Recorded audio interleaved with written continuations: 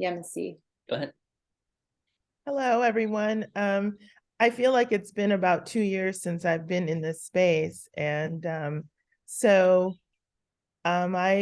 am Yemisi. I'm a public arts advocate, to put it simply, very interdisciplinary or transdisciplinary, however you want to look at that. So I'm very interested in concepts and ideas behind data and evidence, and how it relates to our lived experiences and things like that. So I was very excited about this meeting and glad that it worked out. This is the first weekend I've decided to not leave my house. So glad to be here and look forward to what everyone else has to say.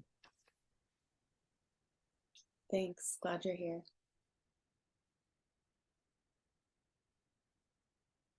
Next.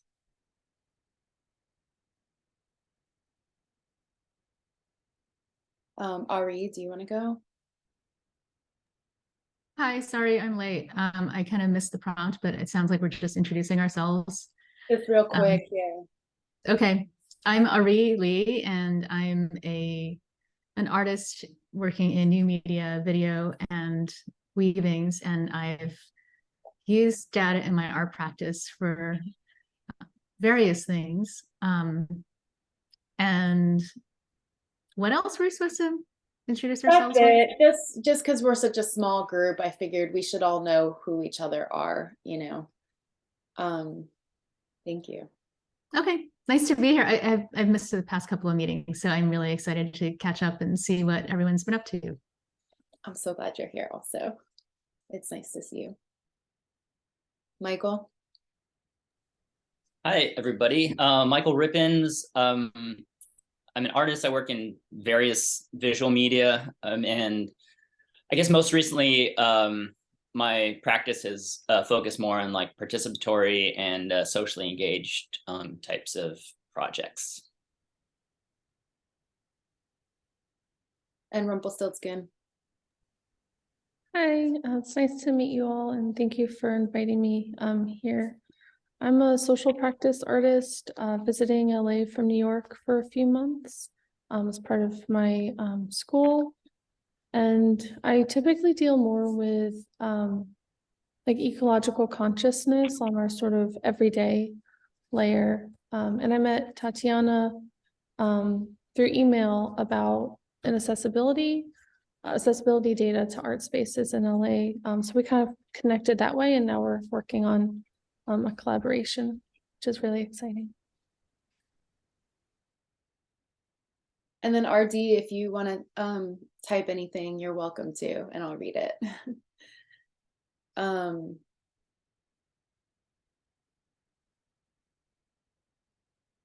From downtown LA. Cool.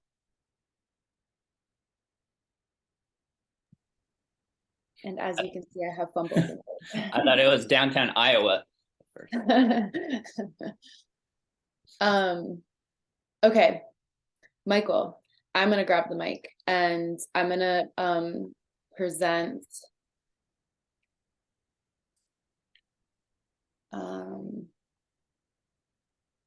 sorry. I'm gonna present this project that Rumpelstiltskin and I have slowly been working on. As you may know, I've just had a lot going on in my own life that I've been prioritizing with my family. So it's something that we started talking about maybe 2 months ago, or maybe more, and have been working on it when either of us have the time. But I think we're both pretty excited about it. And so the project is to create an accessibility guide or map to LA art spaces. And this project came about when 2 different artists reached out to the LA Artist Census. So Rumpelstiltskin was one, and then Jacqueline Romine is another one who has a great series called Access Denied. And both had asked about asked whether the LA Artist Census had data about accessibility of LA art spaces. And like, you know, in a short span of time, having both of these inquiries just felt like, all right, well, that's just kind of a no-brainer, that we should do this. So I reached out to both of them and started talking about what the project could be. Jacqueline's been pretty busy with her own work and so hasn't been able to join us, but maybe down the line will. So I don't have a lot of images because I'll show you what I do have, but it's not very visual yet at the moment. But we started talking about, first of all, like, and Rumpelstiltskin, please feel free to chime in, interrupt, whatever, at any point. So we started talking about like any data collection project, like how are we defining accessibility? So we are starting with like the ADA criteria, so the Americans with Disabilities Act criteria. And then we want to, and then we're also looking at, I actually have visuals for this.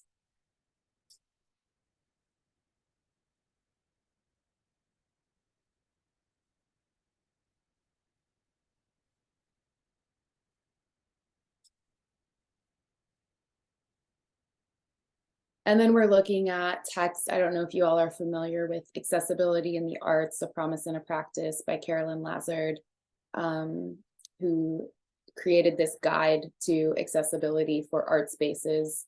And it just has like criteria that we could actually directly draw from. It's a wonderful guide. So American Sign Language interpretation, audio description, communication access, real-time translation. So these are like some criteria that we'll draw from: closed captioning, childcare, restrooms, service animals, and personal care assistants.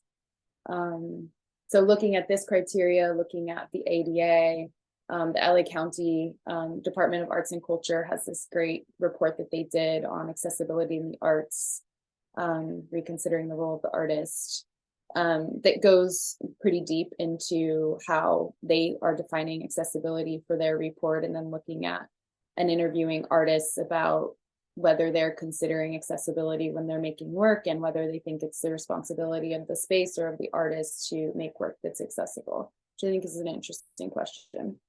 And then also looking at like other institutions that have accessibility guides. I just saw one for an art museum in Colorado.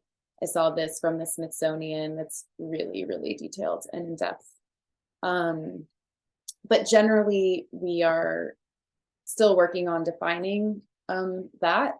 And I'm sure its definition will evolve as the project evolves, and will also come out of conversations. Like one part of this project, which I'll get to in a moment, is to create a focus group of artists with an intersection of identities and maybe accessibility needs, to create discussion around, you know, what the criteria might include, what their personal needs are. So yeah, so defining accessibility will be something that I think will be a subject of conversation throughout organizing the project.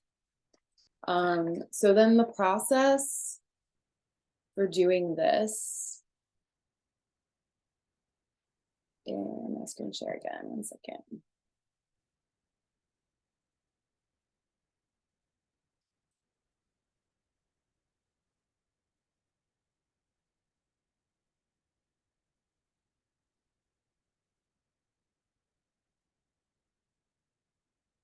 So the process for doing this is we wanted to start off with like a sample spreadsheet. So we're just starting off with like 10 art spaces, and we're figuring out like all of the different information we want to collect. So, and also considering like, what is the output of this information ultimately? Because this is going to end up being like, I mean, it could be hundreds. It just depends on what capacity we have in terms of who wants to work on this, and like what our budget will be for it, like what funding are we able to get for it. But for now, just starting with this sample of 10 and thinking about the output. And for now, I think what we're imagining the output to be is it could be a spreadsheet like this that's made like more, that's aestheticized and made more friendly, and made so that maybe we're using a different kind of software, but so that it's made so that it can be filterable in an easy way. So somebody who has accessibility needs can either go into this spreadsheet and filter according to their needs and see what spaces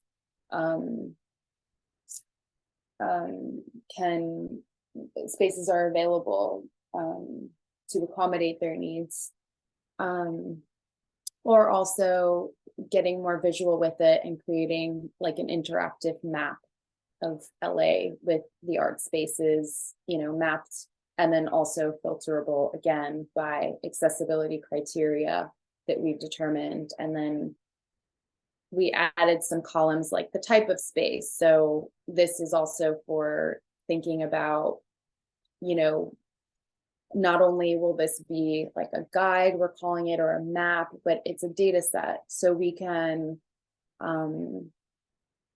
analyze the data. We can look at, you know, like, I don't know, what is there, like, let's look at like how accessible commercial galleries are in LA versus schools, or, you know, just different ways of filtering this information. It also might be helpful if someone's using the map, like if they want to go to Hollywood, so they filter by neighborhood. So this is just, again, this is a sample that we're still working on and figuring out.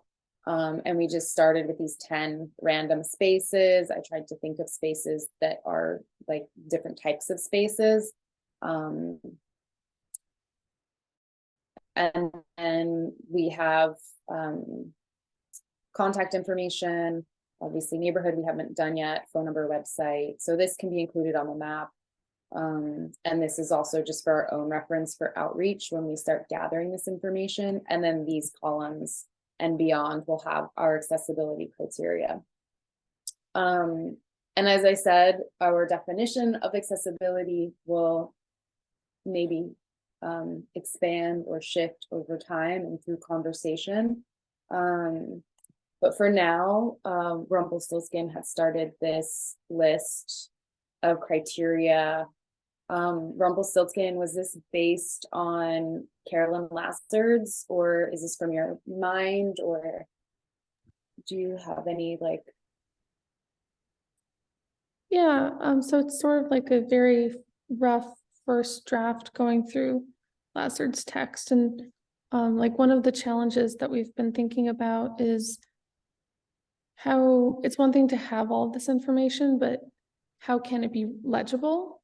Like how can someone interact with it in like a sort of concise, clear pathway? So sort of just thinking like, how can they be broken down into different categories? So then if you have a particular sort of like question, or you're looking for something more specific, you can like find it there, rather than have like 100 extra columns. Like how can that be made accessible? Yeah, so we still got to figure out, we haven't really gotten too into this. As Rumpelstiltskin was saying, it's like a first go, and I imagine we're going to have a lot of goes at it. And a big part of what we have to figure out as well is like how to input the data into the spread, like input, how do we organize this, you know, into a spreadsheet in a way that is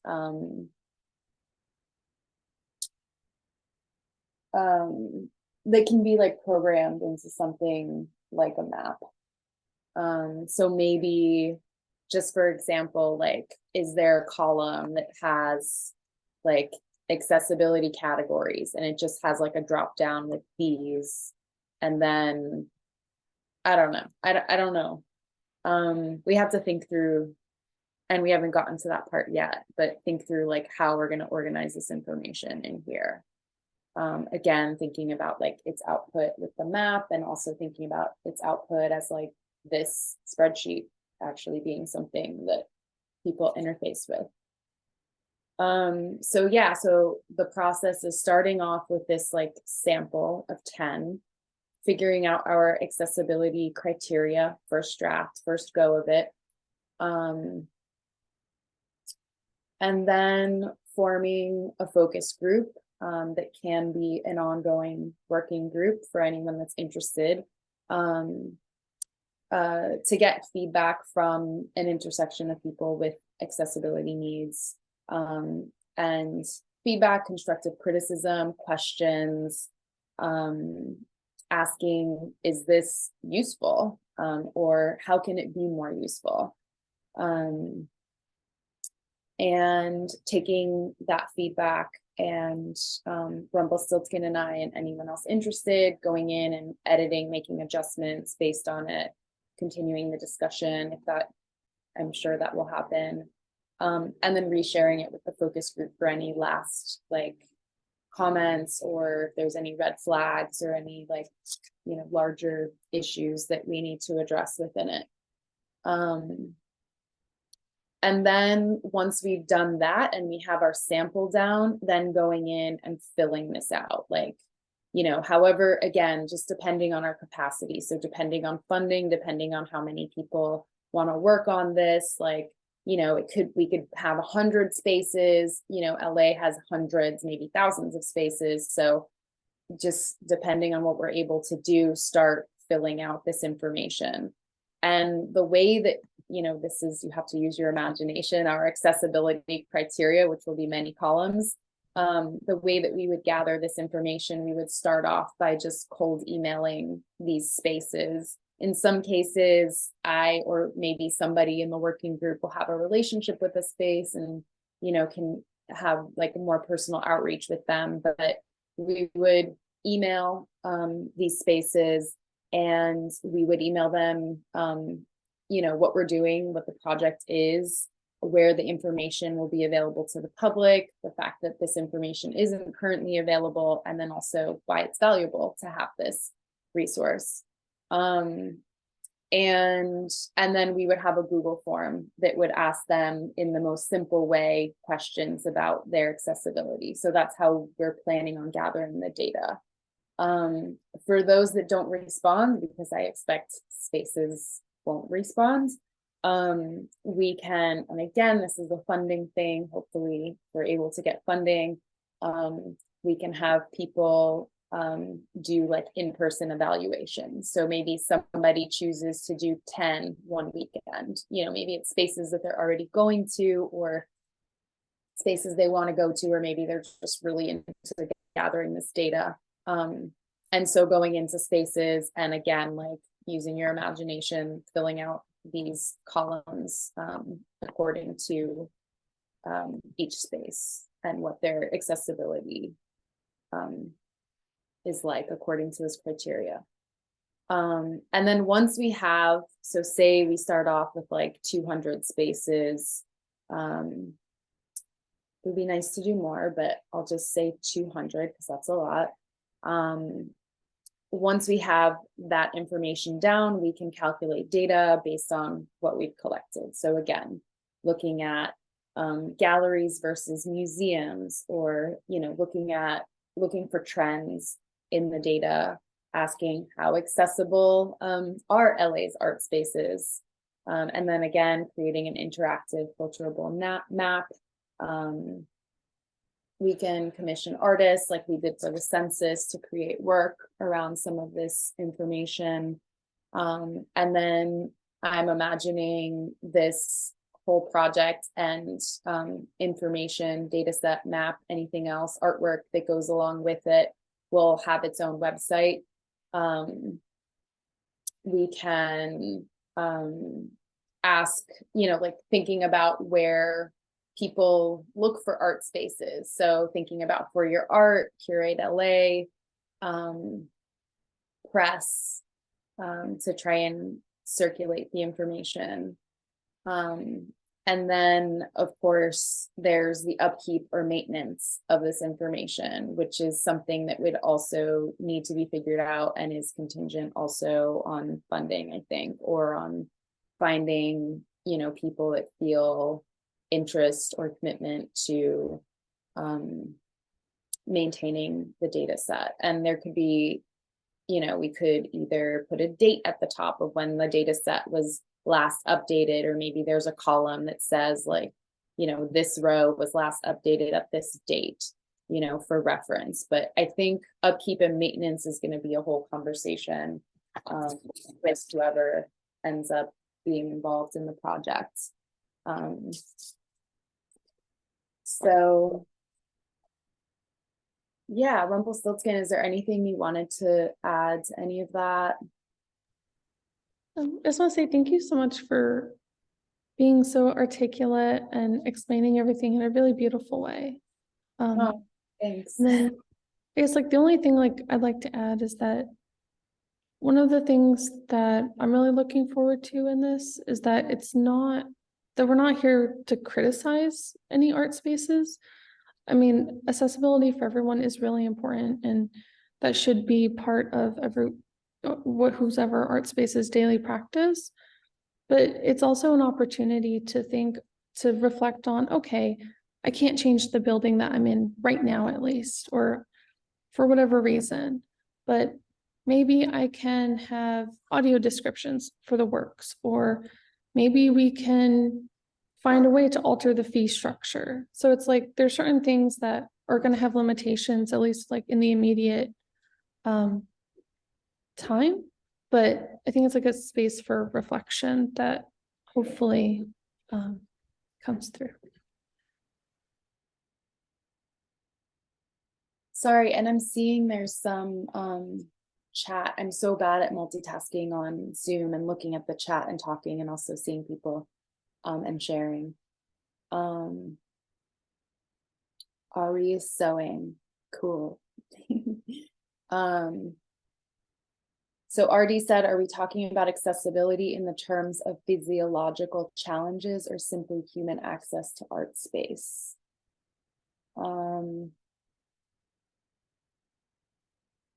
I think we're still, like I said, I think how we're defining accessibility is pretty open and might shift over time. We're definitely including ADA accessibility criteria. So the American Disabilities Act criteria, which I think I have to look back at Carolyn Lazard's document to see if she's directly referencing ADA. I imagine if she is, she's also including other stuff, because I think ADA is considered to be semi-limited. And then Rumpelstiltskin and I were also talking about like, economic accessibility and I don't know. I think actually, Yemisi, you think a lot about, I want to say, yeah, like accessibility in a lot of different ways as well, like with your observations. I love, if you want to speak about it, I don't want to speak for you, but yeah, I mean, I'm happy to be a part of this because, as you know, so for the last 6 years, which I didn't say, I kind of have taken it upon myself to do this independent project that is under this term I've coined. At least I've never heard anyone go around saying public art surveying, but part of it really started with looking at how public art spaces sort of engage or kind of communicate the intentions of creators or artists to the public.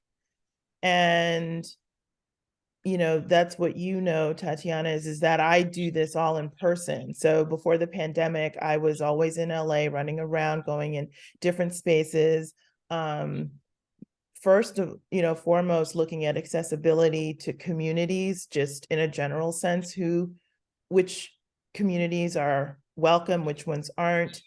looking at the, the employees in those spaces, especially like gallery room attendants, whether or not they had seating, like the standing, and noticing that how people feel in those spaces. And I know for myself, like, I don't feel comfortable in spaces if the employees aren't comfortable. So that was always something. And I do engage. I'm a very talky person. And just last night, I'll say this, I went to an event. It was a public free event at a very well-known gallery. I guess I might as well I don't want to be on record. So if some of you pick up on what it is, and it was a live performance by an artist. It was an immersive experience. And what was interesting was it was free. So that's always something I look at and, take notes. And the emails that were communicated like just a day or two before the event was, oh, we need to just let you know that there's limited bench seating. It's first come, first serve, but there's plenty of space to sit on the floor with pillows and, stand. And I was initially like, So, I live away from LA, so I got there early enough, but we had to wait in line. So people are standing in line. Fortunately, there was a bench I need to sit. But before we went in, I actually went up because I feel comfortable enough. And I said, that email, it had a really weird tone. And I said, I know one of my friends who was supposed to join me, and that's exactly what happened. We were supposed to meet up. And she wrote me and said, I don't have any patience to sit on the floor tonight, so I'm just going to stay home. So I kind of communicated to them that while I understood that the artist wanted this immersive, and that's the thing, I don't actually see that this was the artist. I really feel that this was the venue where they could have communicated it in another way. So I actually told them, I said, I've been coming to your events for years. This is the first time I've gotten this sort of email communication, and it didn't feel right. It felt really ableist. I actually just said that. And, they were very receptive. So before they let us in, someone went around on all parts of the line saying, we have bench seating, but we want everyone to be mindful of those who might need that seating first. And I thought, okay, that's a nice little thing. And interestingly enough, there was more bench seating than they communicated in the email. So that's the other thing. It's also, and drawing on, it's Rumpelstiltskin. Is that your name? I just want to make sure. I'm probably the oldest person in here, so I have all kinds of brain fog. When you were mentioning the language thing, that's something that has kind of evolved for me in my research, or what I'm looking at is the fact that not all of us communicate or respond to the same types of language that's pretty dominant in our spaces, right? So especially in art spaces where you go and there's a lot of wall tags and there's a lot of reading that is, I guess you could say, sometimes forced upon you. And not everyone engages in that way. So I look at that, and that's why, I kind of felt the email could have been done differently. So to kind of circle back, yes, I've been in a lot of spaces, and I look at that. And even in this gallery space, I've pointed it out, they have different shows and they have different spaces. And in one of the spaces, they have stairs. And I had like a foot injury, and I kind of said, I can't go up there. And so you don't have an elevator for me to go up, or, and they said, no, and I just thought, okay, so that means I don't get to see that, right? And I know I'm not the only one, and that's the other thing. So I can just say, I don't look visibly like I need something, but what I do notice is that I think there's a lot more that art spaces can do to facilitate that. So I'm a bit more critical about it. I'm not here to kind of make them feel good about it, to be honest. If that, Yeah, I imagine people will have different feelings about it. And as with any kind of collective projects, you know, people will bring their own, yeah, um, feelings and visions and all of that, which is the exciting part of working collectively. yeah, but I'm respectful. So I have to say, I'm pretty certain that, you know, when I said what I said to the person, they took it well. I'm not someone who's looking for a confrontation or to make someone feel bad. So, you know, meaning when I'm engaging it with those spaces. But I'm, you know, once you get to know me, you'll know I'm always looking to see not where things can be better, but really if they are really trying to reach as many people as they want to, or as many people as possible. You know, and there are some spaces that really just they're very specific. They don't want to talk to everybody. Yemisi, what is your term again that you use for what you do? So public art surveying. I'm just gonna write it in the chat for myself. I love that. Yeah. Okay, and Yeah, I think I've I said just, enough. So, you know, if anyone has any questions, you know, let me know. I'll put my email in there too, or you can put my email in there. So if anyone, you put your email. okay, I'll Right. do that. Okay. So Um, I don't know, is there any, but what you guys are doing really speaks to what I'm doing, but I'm doing it as someone from the like I'm trying to be that voice of the public, but obviously I can't speak for everyone. So, you know, I'm not an artist. And in that way, I support artists, you know that, Tatiana. So, you know, I go into a lot of spaces where, you know, I'm the only person in those spaces, and I'm talking about not museums per se, but like in a lot of Zoom spaces where I'm actually looking to see, okay, what are curators thinking? What are museums thinking? You know, so I participate in a lot of those spaces as well.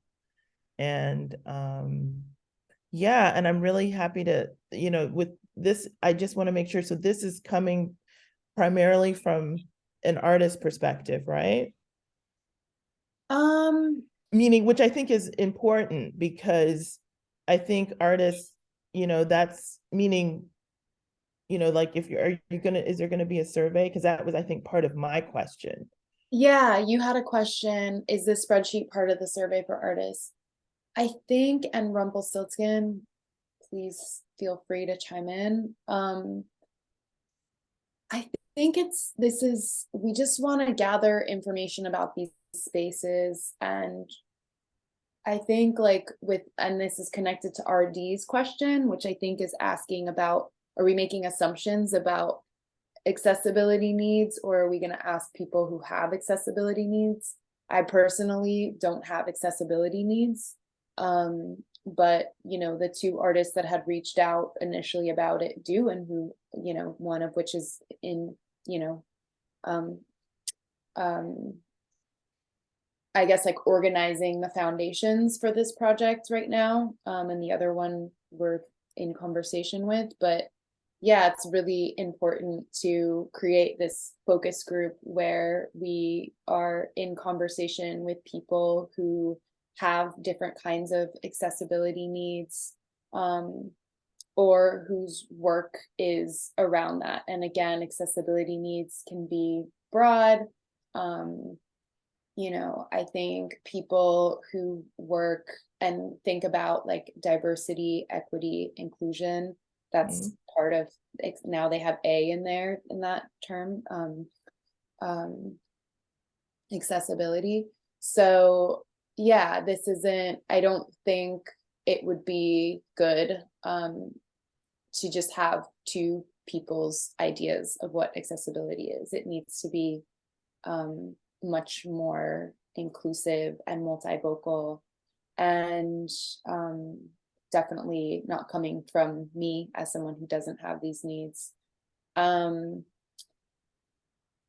Okay, I think that's a good thing. And So I just want to make sure, so your method is going to be really I actually don't think experiential in that way, like talking to people, and I guess like getting information from like as you said, like a focus group of people coming together.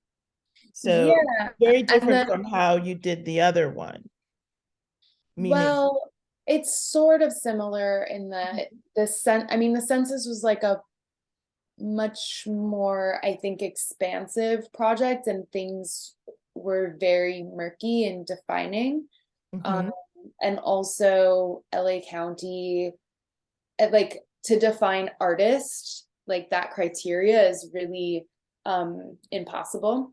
And so we had to leave that term very open. In this case, we're collecting data about art spaces, which is less of a murky term. Like it's much more defined and more finite, although it's LA and there's all kinds of, there are these kind of murky spaces like people's closets and bathrooms and driveways and all of that. But it's much more easy to define. And Yemisi, going back to your original question, I think this is data about artists. It's data about art spaces. So to me, it seems like the focus group, we're just using this term focus group. Anybody who wants to be a part of a discussion around accessibility criteria and needs, and what information could be useful and in what way that like how to put it in a form that is most useful and accessible. I think they don't need to be artists. It would just be people who engage or want to engage in art spaces, again, who have accessibility needs. Well, I'm very happy to just support you guys and share some of my findings because I've been in a lot of spaces. I know, no, you would be so great to thank Yeah. you for offering that, and I will definitely keep you looped in. Yeah. And I'm also happy to talk to people, as you know. So I can do that too, meaning if you need that, I mean, it can add to it, right? So if you just, have a need for someone to go check out a space that you didn't get a response to. We're definitely gonna need that. And yeah, that would be amazing. Okay. Yeah. All right, so I will get off the floor now and go back on mute. So I just wanted to, so first of all, say how worthwhile this project really seems and needed it is. I was wondering, is your goal more to hold the institutions accountable and give them like a map or like a measuring stick to measure themselves against in terms of accessibility and encourage them to continue to improve their accessibility? Or is it more to give people who need access in different ways a way to see what places they have access to and in what ways? I mean, or it's probably also both of them to some extent. I definitely have my answers for that, but Rumpelstiltskin, I want to hand you the mic if you want it. Since I've been talking a lot. I'm not like very these types of spaces I do struggle to speak in. But yeah, it is definitely both. But for me, it's more the latter. In that it's sort of like going back a little bit to like this idea of like we're not there to criticize. It's more of it's sort of like the collecting of the information and like, okay, at this moment in time, what are options? And sort of through being able to facilitate a conversation. Because like at the end of the day, it's like, you send something, you're sending probably what's going to be a pretty thorough like form, you know, whatever that is to an individual, and how is that going to be able to be filled out? Like, how can that be facilitated rather than we're going to make you feel terrible for everything you don't have? Which, you mean, there should, you know, there obviously is that responsibility of any space to be mindful of what the realities are and making progress on that, genuine like efforts. But also it's like we do need these responses, and the understanding that by filling this out, and even if you say no to everything, that's still going to help somebody, you know. So it's sort of like twofold, but yeah, very gibberishy, but And I'll just adding to that, Carolyn Lazard has this wonderful quote in her PDF, Accessibility and the Arts. She lists, you know, the first part is listing, actually, I think the first part is defining accessibility within the scope of this PDF she created. And then the second part is listing and like advising for art spaces, you know, it's different types of accessibility criteria and how to make them available and things to consider. And then the third part, she says exactly what Rumpelstiltskin is saying, and I'll quote her. She says, as organizations make their spaces more accessible, it is also important to make information about accessibility available to their audiences. Listing access information is a large part of facilitating access. So just elevating what Rumpelstiltskin was saying, that it's very helpful for those with these needs to have that information. You know, if there aren't, you know, restrooms that are wheelchair accessible or that are not gendered, like it's helpful, like going into the situation to know if those are your needs, that is not available in a space, rather than showing up and being like, oh shit, you know. And again, also emphasizing something like Yemisi's comment about saying she is really critical, and Rumpelstiltskin, like, I think, again, just working as more people may participate in the project, everyone's going to have their own feelings. And I think that there's, going back to your question, Ari, there's a lot of different uses for this, you know, in the two that you articulated and asked about, and probably more, which is cool. I would encourage you, as you're gathering data on accessibility and talking with people who may have these accessibility needs, to get these like anecdotes and kind of human stories about like situations where people may have had certain needs that weren't met by a place, and how that's impacted them, so that when you release this data in whatever form it gets released in, then you can also have these stories about why this is important and how this affects people and how this affects communities. So it can help motivate those who have the opportunity to make things more accessible to actually go ahead and make those changes.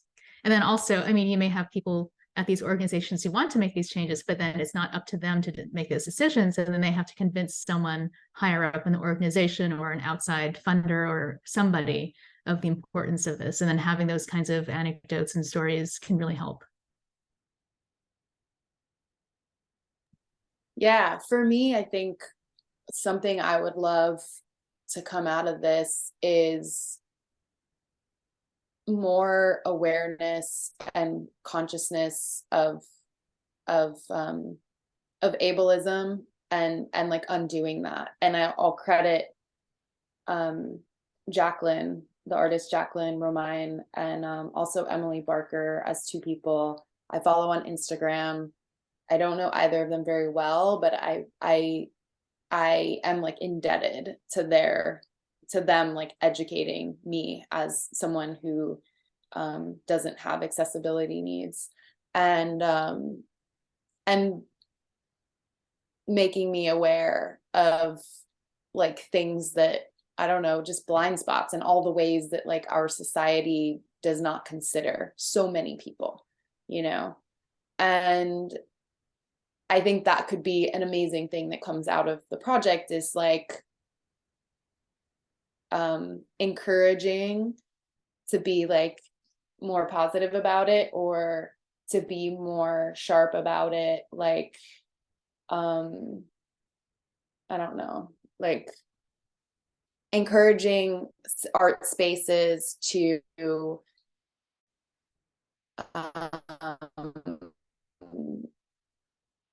for the be like thought, you know, like if you're a gallery and you're looking for a space, that should be like very basic criteria that you're thinking about.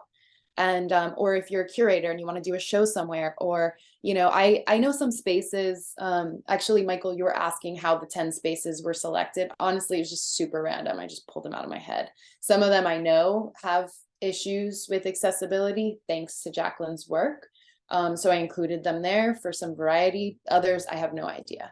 I imagine museums and certain types of more bureaucratic institutions like have more accessibility, I think, like built into their spaces. Although again, the term, I see Yemisi smiling, like no, no, no. Yeah, you're right. I know. I feel like yeah. Okay, I'll be quiet. But No, you're right. I mean, I was just laughing because you know, they have it, but it's such a chore. I mean, I went to the Mocha Grand, and again, I said I have an issue. I'm not sure what it is, but like I can go upstairs, but I have a real issue going down. And so, you know, it's down. And I, you know, said, okay, you know, I can't do that. And so, you know, they have everything, but it was very, besides being time consuming, and I think this is part of another issue, is just the attention that it gets, right? So that's another thing as far as, I think it, you know, where I see there could be the awareness, it's also just considering how you want to actually engage with others. You know, do you really want to, you know, that's what I also look at too. So but yes, but the museums definitely, some are better than others. I mean, I think when I was saying that, I'm thinking more like ADA criteria, which I think legally they're obligated, or at least like there's a major like social expectation or responsibility that they have to provide that. I think it's legally obligated, but I know there's like loopholes, at least in LA, about the age of the building. Like if it's an older building, it's okay, you know, according to the law, to like not have some of these things. But then I'm thinking also, Yemisi, about when you talk about public art surveying, like going into a space and seeing who is there. So like who is this work either made most appealing to, or just is most appealing to. You know, we all know that art can be a very in some cases can be very elitist, and in some cases can be like quite an alienating space, or like a space of privilege. And so there's, you know, I mean, I think that this is just my own feelings and speculations, that there's probably a lot of people that don't feel attracted to, or don't feel, I don't know, there's an accessibility thing in here, I think, and it's like a social, I don't know, maybe Yemisi. It's on many levels. I mean, it's, Yeah, you know, for me as a, you know, large Black woman, you know, there are spaces that, you know, they're not necessarily thinking of me when they're thinking, you know, whatever. And so I have my own sort of lens when I go into these spaces. And and how I engage. And I wear that. But then I also watch how other people engage. And, you know, and of course it's always going to be my lens, but and one of the reasons I like to do this is because for whatever reason, art spaces have this magic about them where people want to talk to each other. You know, at least that's been my experience. Even if I look absorbed in something, you know, someone will kind of interrupt that just to even comment on something. And so I think there's a lot of potential for those spaces to really help the rest of society kind of move forward into where we need to be with everything from climate crisis to social, you know, equity, justice issues. And that's why I go into different spaces. So I just think I'm just so happy you're both you know, that you're doing this. And yeah, I just want to support. I'm excited to open. I think we're building more of a foundation for it, but I'm excited to like open it up and get, you know, people like you and other people's like ideas, experiences, visions. You know, I think it's exciting to me to think about that part of it. I also want to throw out there that this is kind of accessibility on a more abstract level, but in the museum education community, there's always been this discussion about the wall labels, like especially in museums. Like where they, I mean, there's a lot Over- to those, right? Like the way that they're written, the size of the fonts, if they're lower for people who might be wheelchair users, if they're higher for, I don't know, people who are tall that are older and that don't want to. I'm thinking of my mom who was very tall and like as an older woman had a really hard time like leaning over to read labels. I mean, I'm thinking more about like not necessarily the physical presentation of the labels, but more of the content. Like they're often written for like a graduate level educated person. They use a lot of really abstract words and the content is often not something that a lay person is going to be interested in or care about or even understand. They make references to things that you need to have like an art history degree to really get the context of. And so there's one educator in particular whose name I can't remember off the top of my head. I mean, I could find it if you were interested, but she like has written a bunch of essays and done some presentations at like museum conferences about how to write a good wall label for a regular person and to write about what you actually see in the work of art or what you experience in the work of art rather than what is all the art historical like insider baseball knowledge about this thing. So, I mean, I don't know if your project will ever get to that level, but it's just another way of thinking about accessibility. That's super cool. I just want to say bye, Rumpelstiltskin. Thank you for being here. Thank you so much. Bye. And I think let's pause the conversation about this, and because Michael was going to share to our small group, if you want to share the OPaf photos and like the data that was collected through the Art and Data Club email sign up, which was really fun to work on with you and Cedric. I think I have to make screen share.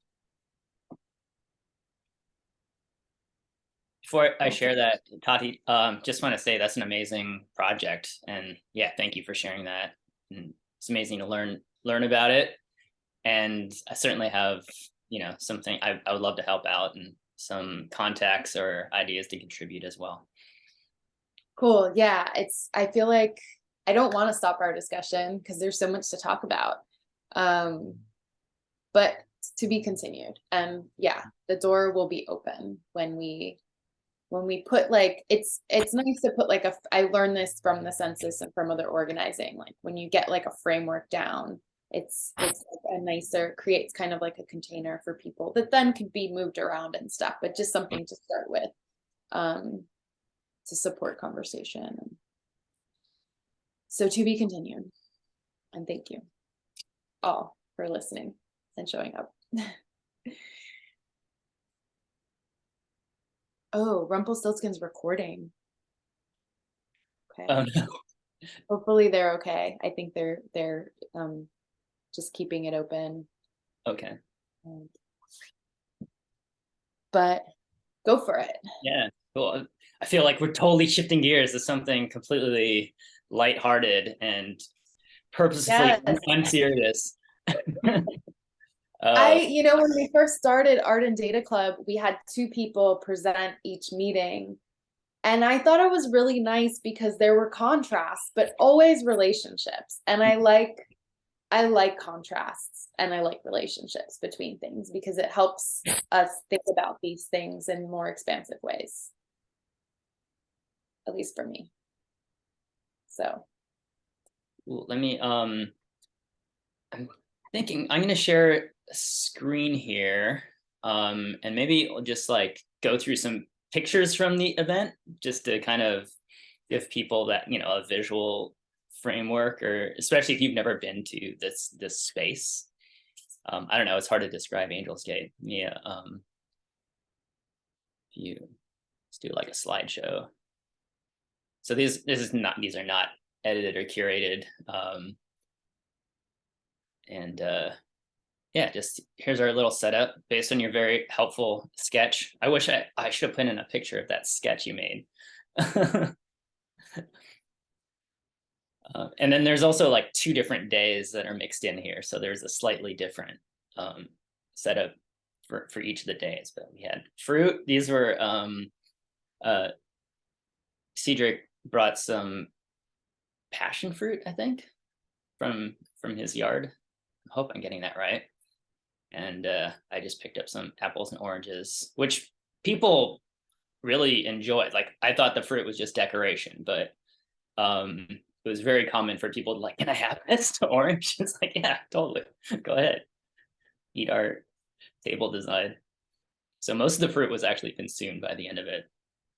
This was is very important to the census, Awesome. or giving out fruit. So I'm happy to hear that. And yeah, a lot of just like great discussions and stuff came out. I'm trying to remember if it's like you know, it feels like a lifetime ago now. So much has happened since then. But just a super fun time. Like, I feel like I mean, just personally, I just thrive in these types of situations and environments, and I just like get so much energy off of connecting with like people I've never met before and engaging this way. So yeah, I was definitely happy to help out. And it reminded me kind of like some of these early projects I'd done as well, where I was just out in public or asking people, you know, to literally fill out a survey or a questionnaire. So I was able to relive some of those past moments. I feel like you were like the perfect person to be out here based on like your like social practice work that you've done in the past and that I know. So very cool. And then can we see this screen? Yeah. So these are just all the I think we got. Oh wait, I'm just seeing photos. I'm seeing photos. Oh, okay, hold on. Let me resume share. I think you might have to stop share and then restart it with a new one. Go to another screen. We should put these. I don't know. Did I send you the PDF with all the? I feel bad, but I don't know, and I am gonna ask you to send me everything all over again if you did, because as you know, my life has been kind of very focused on one thing. Well, I was gonna put these up on the to the Google Docs also, so people could do it. But I thought I'd just awesome. Yeah, that would be cool. And then I can send an email that's like, if anyone wants to check it out. Yeah.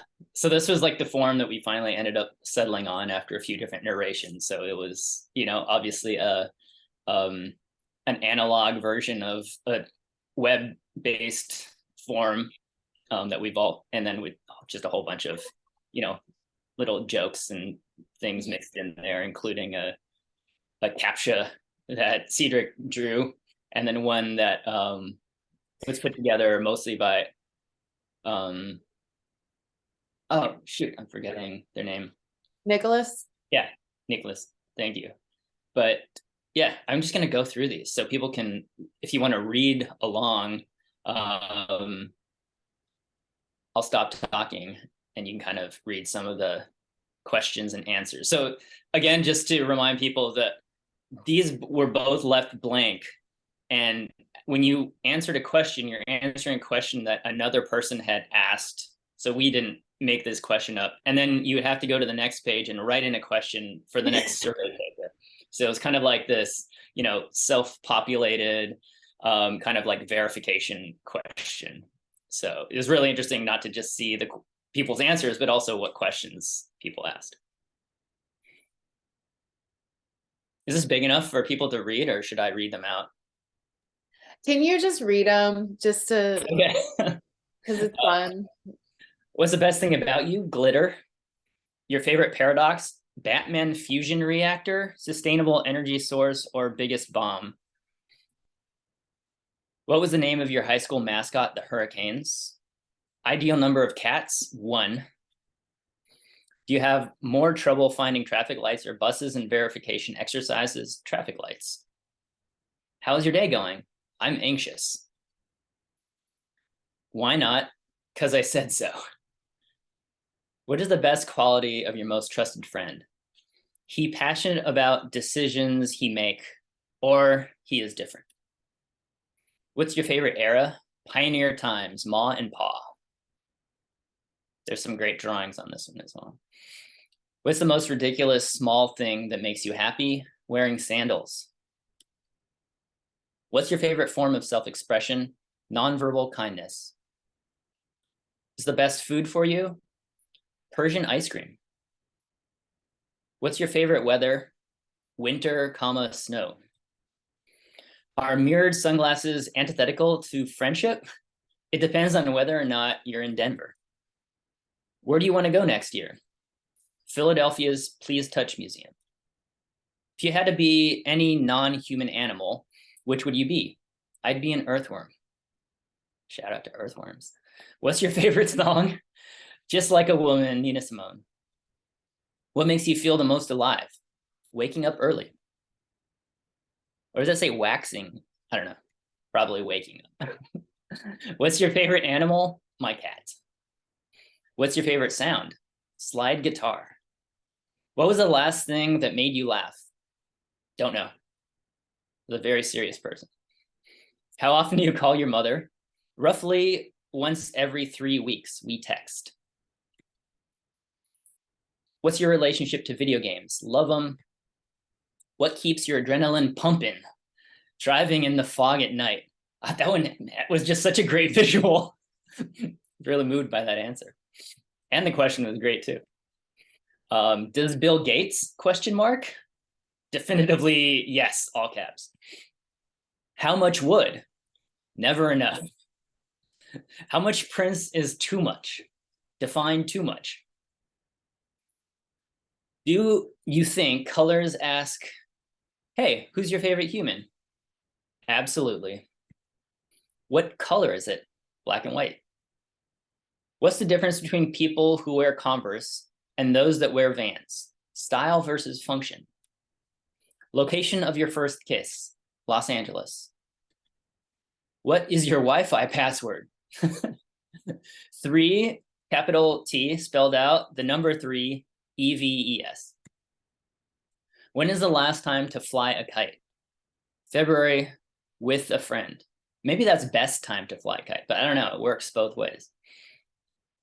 What is the last thing you ate? Waffles. What's the closest you've come to dying? I almost drowned after tubing down a waterfall.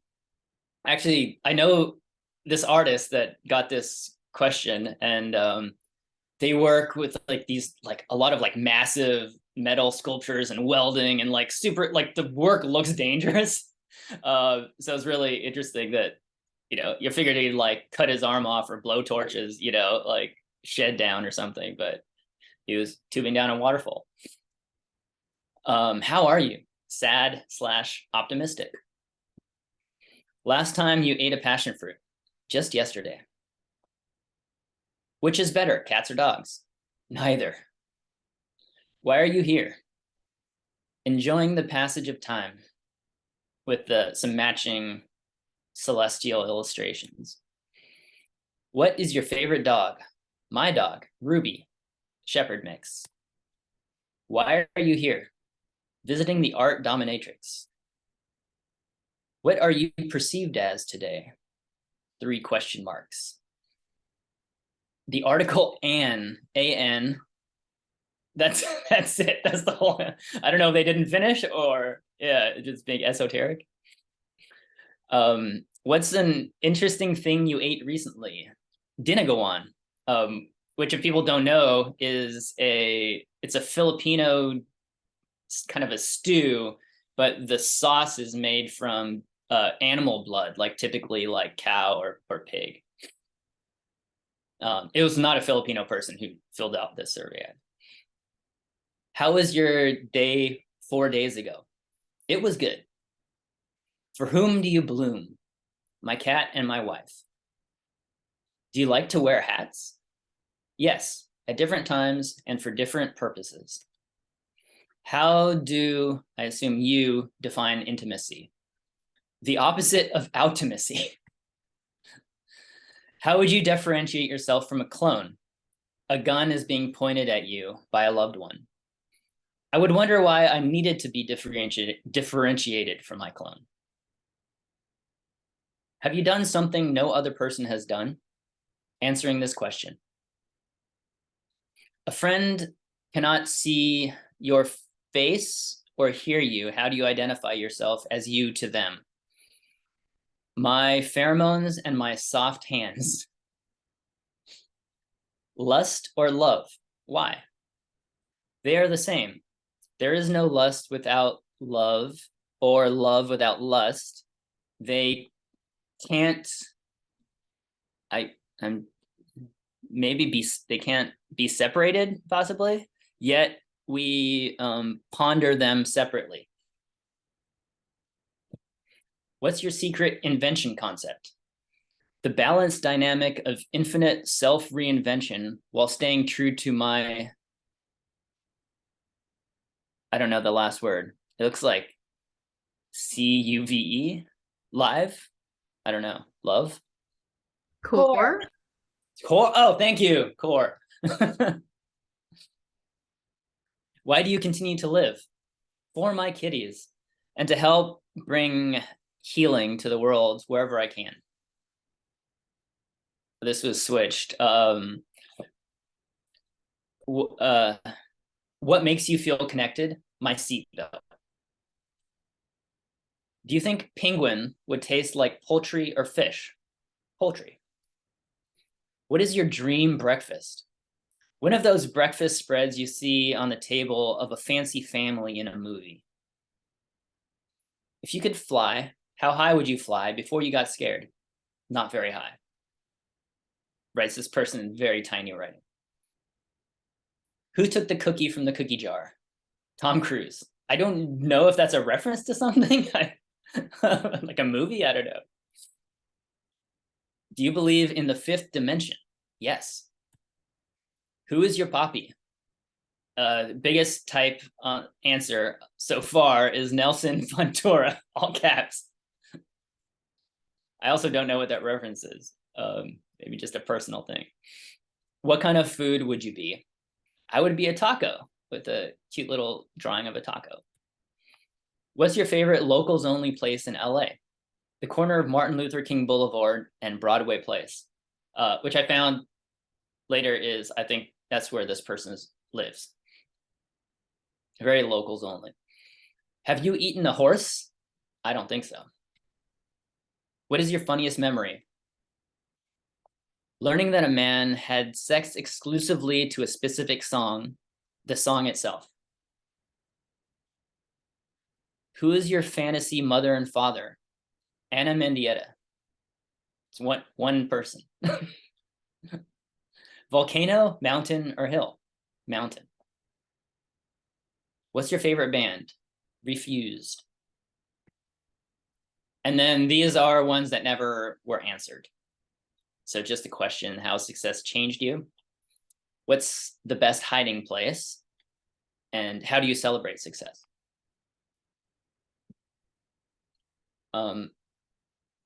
Yeah, we've had a lot of participants. There's like maybe like 25 on the first day, and then like 35 or more on the second day. And I don't know, I didn't expect to get this much input. I mean, some of like the, there's other interesting things happening with the CAPTCHA drawings as well, which we can look at, or which, you could go over after I put the PDF up.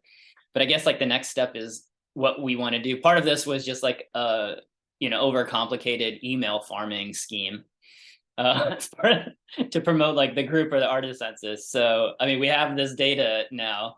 I guess like the question is, do we want to do anything fun with it, or like codify these results in some sort of tongue-in-cheek way, or send it back to all the participants if they're interested in seeing like the answers to their question. Yeah. I was going to suggest to send the questions and answers back to everybody in an email at the very least. That was really entertaining. Yeah, so fun. Yeah, I enjoyed it.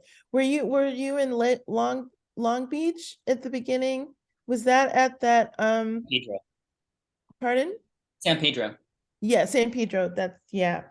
I think I was there that day, my first time. So sorry I missed you. Oh, that's all right. Were you presenting or just attending? No, I was going to actually support some young friends who were there that day. So yeah, it was my first time going down there. So it's interesting. I've lived out here for 20 years and still discovering new things in LA or the environs. So, but I really enjoyed that. I don't know. I'm always about archiving. So I know you said you have it's in that presentation, but would you think of putting it into some small sort of paper document, like, I don't want to say like bookish, but or zine or something? Well, they are paper originally, so they're all just on like sheets of paper, and then I just scanned all those in, and so it's a PDF file. Okay. Which is pretty accessible. Yeah, I guess more shareable. accessible. But I do have like the actual physical things as well, like the surveys. I feel like this should be an ongoing, like this is our email list whenever we are out in the world doing something. Like this is the Art and Data Club email list, and maybe the captions change over time, or I don't know, but it's so fun and like joyful in a time where I feel like I at least need it. Yeah. Yeah. I mean, it's interesting how like a lot of the questions like maybe came out of conversations, because the way the table was set up, you had like chairs and a table and the newspaper. So people would just sit and sometimes talk and hang out for like 30-40 minutes. And then sometimes before even filling out the survey, we call them over. Oh, I guess we had the cookies, kind of like that joke with opting into cookies as well, but we had physical cookies. So that was kind of like my hook, because people were walking by with skeptical looks on their faces. They're trying not to make eye contact. I would like ask them if they wanted to opt into cookies, and they're like, what does that mean? So I did get a lot of people over with the cookies, and then eventually, they decided they wanted to participate in the survey. So a lot of those are a good number of the responses, like I have like backstories or insight, or people told a longer story which turned into a very kind of like truncated answer question. But I liked how it kind of, forces connection with people as well, because when they realize, oh, I'm answering someone's question who's just like me, who just like walked by and sat down and did this thing, and then someone's going to answer my question. There was this like, rather than like everybody's filling out just a survey or a questionnaire, putting your email on a list, it kind of made, there's like a human connection and element to it. And also very like tongue-in-cheek, people leaning into the whole like online form. And, that's kind of how I was speaking about it. I was asking people to like scroll down to the bottom, or, or like click to the next page. And, it's like the whole dialogue, I was just kind of trying to be very like matter of fact about I can totally imagine you doing that. That was hilarious. That must have been hilarious. I think well, Cedric and Eric could probably speak to it a little bit. They're like, man, you're really like committing to this. That's probably annoying them a little bit as well.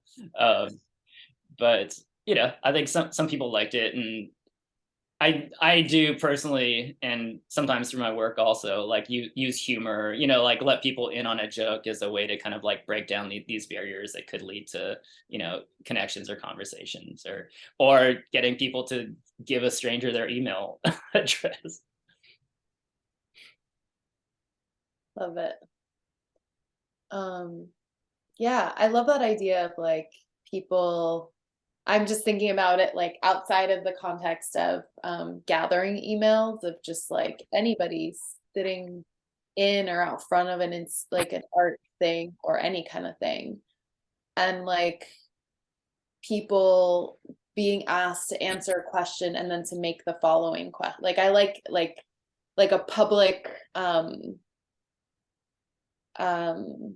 sorry, I'm so spacey today.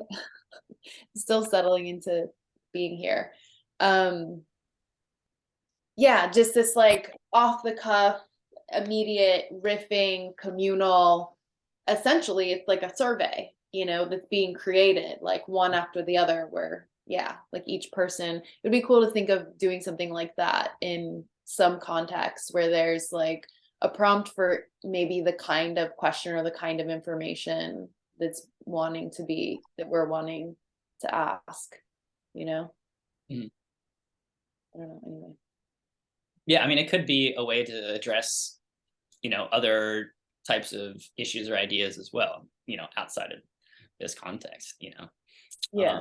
This was like a free-for-all kind of thing, which also makes it really fun because people could ask serious questions or just ask something absurd. They can answer absurd, which I like absurdity mixed in. I feel like we all need that in this world and life. It feels like something like public poetry, or there's something poetic about that sort of way of bringing people together in a sort of organic way with any topic. So I like thinking about that as a poem. It's like a 2-line poem. Mm-hmm. What is the name for that? Like the Dadaists did those they did it with writing but also with drawings. Exquisite Corpse. Yeah, it's not that, but it's sort of like that, where there's this collective document that's being created. Mm-hmm. Also kind of like the chain letter thing too, which really took off with internet and email. Yeah, but in person. Right. Like live. Which is where it started from, right? Like right. Initially. And then we think of chain letters as chain emails, or those chain Facebook posts with like, copy and paste this or send it to 10 friends or something. It's funny because we're also constantly asked some of these questions, like, are you a robot? And, select all of the, I forget the Bill Gates, select all of the animals from Cedric's terrible drawings. I think we cracked up so much when Michael, Cedric, and I met up like the weekend before or something to just kind of just work out whatever, details or kinks or whatever for this. And I feel like we laughed so much of just like figuring out some of these things. where was I going with that? Oh, just that we're asked these kinds of questions, or we're asked to perform these kinds of things so often, but it really becomes fun when it's put on a piece of paper. It's like becomes something different. It sort of becomes like play. It reminds me of kids playing school, or like, where you're emulating this thing. This thing that's so mundane and boring and kind of a drag sometimes. I don't know. Yeah, I mean, it was a fun project. We laughed a lot when we were riffing in that, but I think if we go back to that previous meeting when we kind of all collectively, or whoever was in attendance that time, kind of we came up with this concept. Like there was so much like spitballing and like laughing. It's like, oh, we should do this because once we were in like established like the sandbox we were playing in, like all the ideas just kept like flying out. And also when we're trying to like have fun with something or make something kind of goofy or tongue-in-cheek.